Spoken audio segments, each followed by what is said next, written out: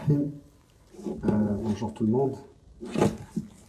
Monsieur le secrétaire d'État, monsieur l'ambassadeur, monsieur le président de fédération, cours de travail, mesdames, messieurs, je suis aujourd'hui très ravi. Je m'excuse déjà pour le retard qu'on était avec monsieur le secrétaire général, monsieur l'ambassadeur et la délégation portugaise pour la signature d'une convention qui favorisera plus d'échanges entre nos deux économies d'une manière générale. Je suis très heureux de participer à ce panel parce que déjà le Portugal a montré un intérêt important et premier pour l'industrie électrique.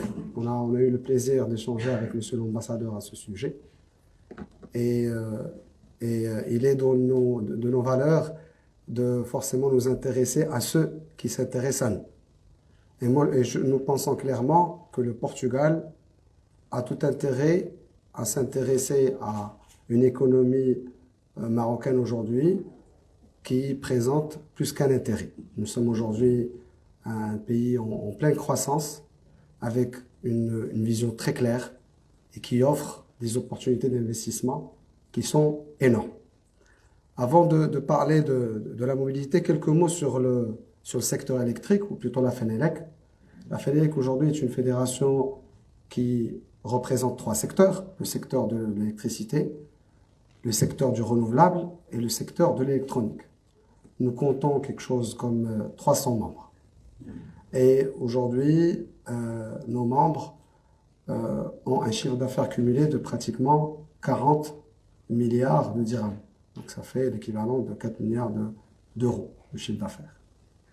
Et nos entreprises aujourd'hui s'exportent un peu partout dans le monde, mais bien sûr avec un marché de prédilection qui est le marché africain.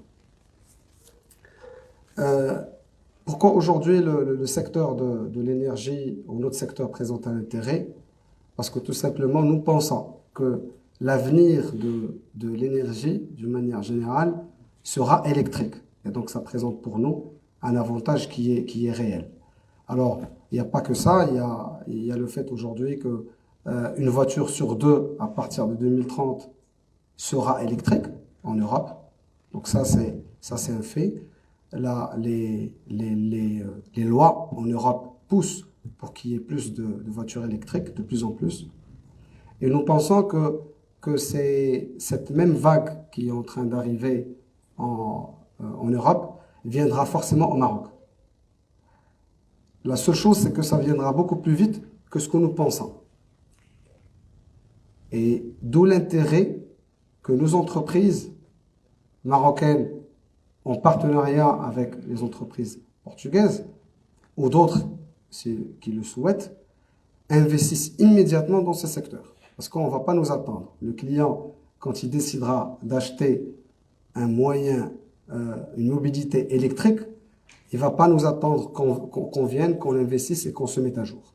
Donc l'investissement, il doit se faire immédiatement dans ce secteur qui connaîtra forcément, ça va être, un de nos rôles, nous sommes pour une grande partie de la présence des hommes d'affaires, nous devons observer que seront les métiers de demain. Et il est clair, il est plus que clair, qu'un des métiers indéniables de demain, c'est la mobilité électrique. Et bien sûr, quand on parle de mobilité électrique, il y a deux choses. Il y a le véhicule électrique, mais il y a aussi toute l'infrastructure électrique qu'il y a derrière. Quand on parle d'infrastructure, et là, ce matin, avec monsieur le président des confédérations, vice-président des confédérations portugaises, il a utilisé un mot qui est très parlant. On ne parle plus de software ou de hardware, mais on parle de brainware. C'est toute l'intelligence aujourd'hui. Il y a un potentiel au Maroc, donc ça c'est indéniable. Il y a d'une manière générale dans l'économie. Il y a un potentiel dans l'énergie, là aussi c'est indéniable. Dans le domaine solaire ou dans le domaine du renouvelable, les chiffres sont énormes, c'est juste énorme, et nous y croyons aujourd'hui. Et encore plus précisément dans la mobilité électrique. Le Maroc a a fait ses preuves en tant qu'économie, on va dire, compétitive. Parce que le mot-clé derrière tout ça, c'est de faire la chose et de la faire d'une manière compétitive. Sinon, on n'aura pas de place. Le Maroc a pu prouver, mais après plusieurs années, que nous sommes un acteur fort dans la mobilité, mais à explosion, le moteur diesel ou le moteur essence. Le Maroc, cette fois-ci, n'attendra pas 40 ans ou 50 ans pour être leader dans le domaine de la voiture électrique ou de la mobilité électrique. On se positionne tout de suite pour que l'entreprise marocaine profite pleinement de l'essor économique qui sera engendré par ce besoin de la mobilité électrique.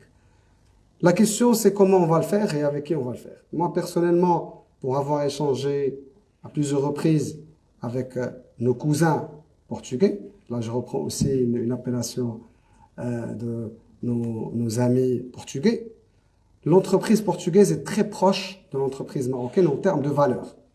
Elle vient tout de suite, elle vous dit, moi je ne vais pas vous vendre. Moi je viens aujourd'hui apprendre avec vous ce que c'est votre marché et on va le faire ensemble. En même temps, l'entreprise portugaise s'engage aujourd'hui à ouvrir les portes pour l'entreprise marocaine. Parce que nous ne sommes pas qu'un marché où les entreprises viendront vendre. Nous souhaitons aujourd'hui que nos entreprises marocaines s'exportent davantage et s'installent davantage en Europe. Là aussi, j'ai appris beaucoup de choses aujourd'hui, donc je ferai souvent référence à ce que j'ai entendu ce matin. J'ai retenu un chiffre. Le Maroc, en 2040, on sera 44 ou 45 millions. Nous sommes aujourd'hui 36,9. Donc nous sommes en croissance. Donc 20% de croissance d'ici 2040.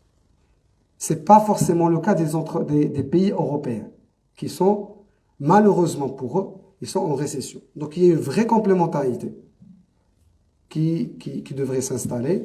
Nos amis portugais, ils ont été au-delà. Donc ils sont en train même de négocier avec le gouvernement pour qu'il y ait une sorte d'organiser une immigration légale. Donc tout ça, ce que j'ai entendu ce matin, est quelque chose d'extrêmement pragmatique, avec Sikari Mammor, qui est le président du groupe de travail. Moi, je reste persuadé que le Maroc offre des opportunités qui sont réelles. Le Maroc est un pays compétitif. Le Maroc est un pays où il existe des ressources humaines qui sont très compétentes.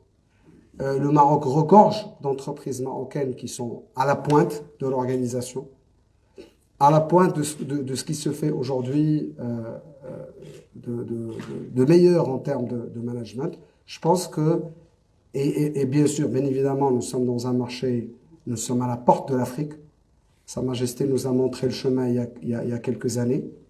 Et les entreprises marocaines aujourd'hui s'inscrivent dans cette logique d'aller attaquer le marché africain de plus en plus, sans oublier que notre premier marché, c'est le marché aujourd'hui, c'est le marché européen. Les 2/3 de nos exportations partent en Europe. Nous pensons clairement qu'il y a une opportunité aujourd'hui pour qu'il y ait plus d'alliances. La question maintenant, c'est de trouver les gens qui savent travailler entre eux. Parce qu'on peut tous être bons, mais il y a certains qui sont plus faits pour travailler avec d'autres. Moi, je reste persuadé, je ferai ma partie du travail, comme je l'ai déjà assuré à Monsieur l'ambassadeur. Toute entreprise qui souhaiterait s'installer durablement et créer de la valeur au Maroc, on l'aidera au niveau de la FENELEC comme on pourra, avec nos informations, avec aujourd'hui nos idées, avec nos introductions. Merci. Merci beaucoup, monsieur.